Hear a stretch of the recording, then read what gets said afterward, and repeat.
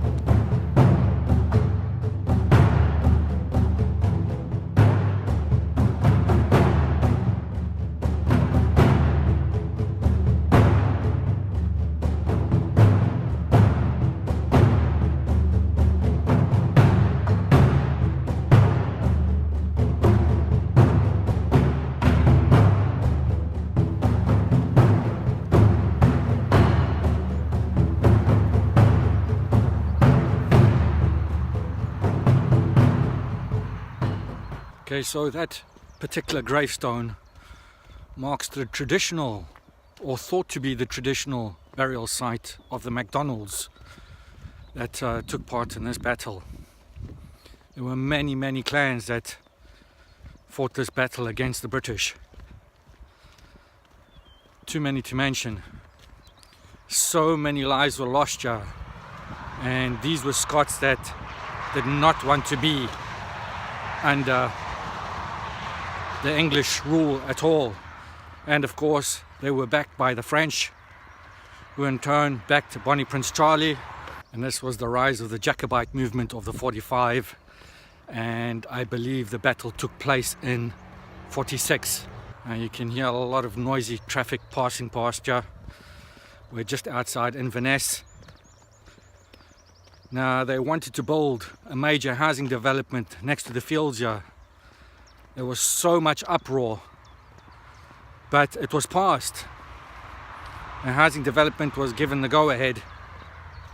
But now, thankfully, this has been stopped temporarily, at least, because they've discovered some important archaeological... Why is it sometimes you want to say something and you just cannot say it? They have found some important remains at the site where they want to build this housing estate. So it's been halted. For now, that is. Now, we've been very lucky with the weather. Today is nice and sunny. But I've been up here when it's been absolutely pouring. And the terrain that we're walking over now becomes so boggy that you can't even walk. So I don't know how they had a battle here. The Scots must have been sitting targets, and the English were just picking them off because you can't move.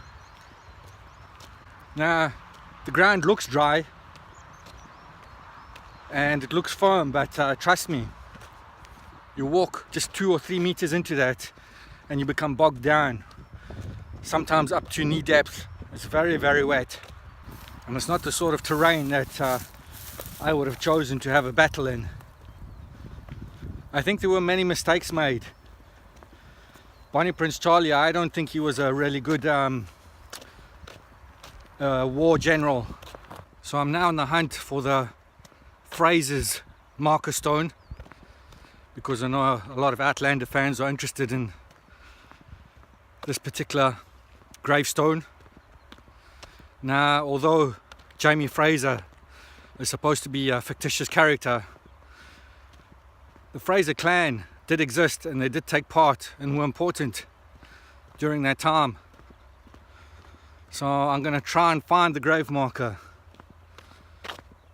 Having been here before, I didn't find it the last time. So let's see if I have any luck this time.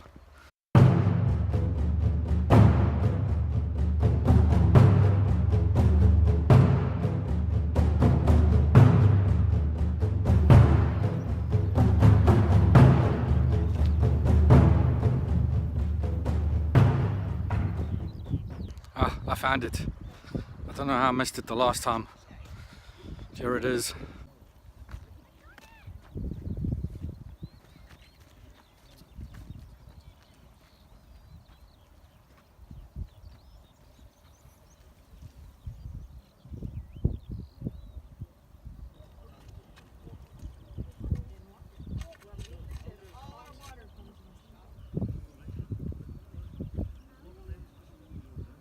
As you can see by those messages at the grave marker there, that there are still many people that are very divided about this subject. Very sad. I don't know how we as a human species can't get along. We always want to lord it over each other. Now, many of these markers don't have any names on them. They're just mixed burial sites. There's so many dead bodies here that they obviously sometimes didn't know from which clan they were. Just buried them all at the same place.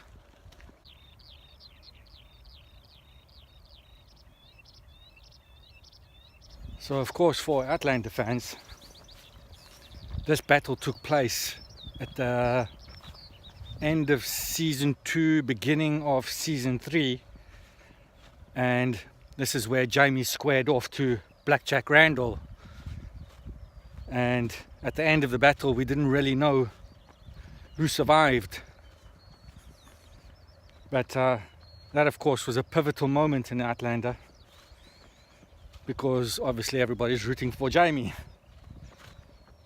But yeah, very sad. No, until you have come here, you can't get a feeling to know what it was like to wage a war against your fellow man using antiquated weapons, old rusted swords, old guns that wouldn't fire, wet weather. Most of the men were malnourished, wet, cold. Couldn't have been a pretty sight at all.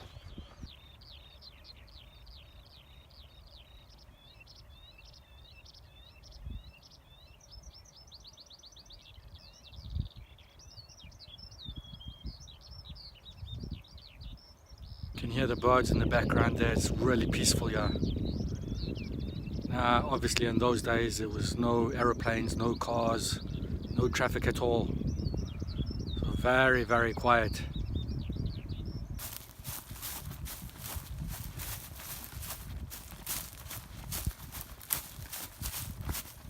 So you can just imagine the men charging down these fields.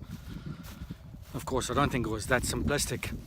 I think what actually happened was a poor decision by Bonnie Prince Charlie led the men to attack not in a straight line but in little pockets, and some were hemmed in by walls.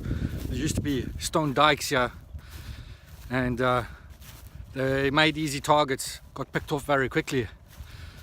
In fact, I think the whole battle was over very, very quickly.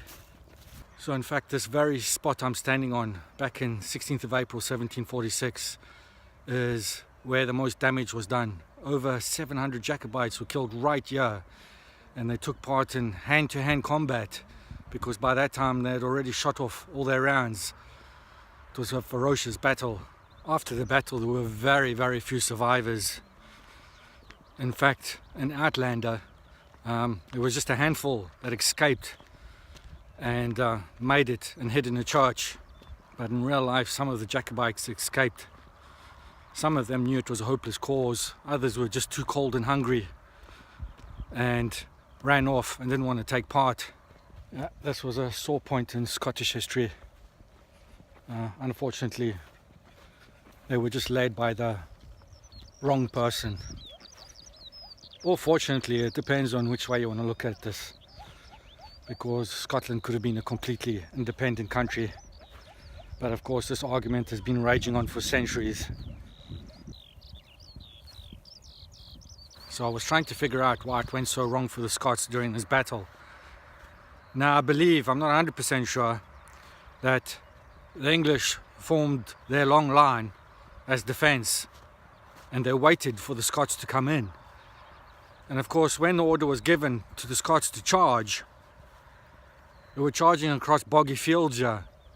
Now, some fields are dry and some are wet. So if you're forming a long line and you're running across these fields, some of the troops are going to get slowed down. And I think that's exactly what happened. Not only that, there were stone dikes here, as I've said before, and this hemmed in or slowed down some of the Scottish troops. In fact, some of them used this to shelter behind.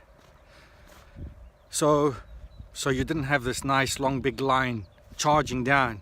You had these pockets. And I think this is what made it so easy for them to be picked off. Not only that, they didn't have the best of weaponry and the best of leadership. Because another thing you have to remember is that the clans of those days were very argumentative, and even in war they couldn't agree on anything.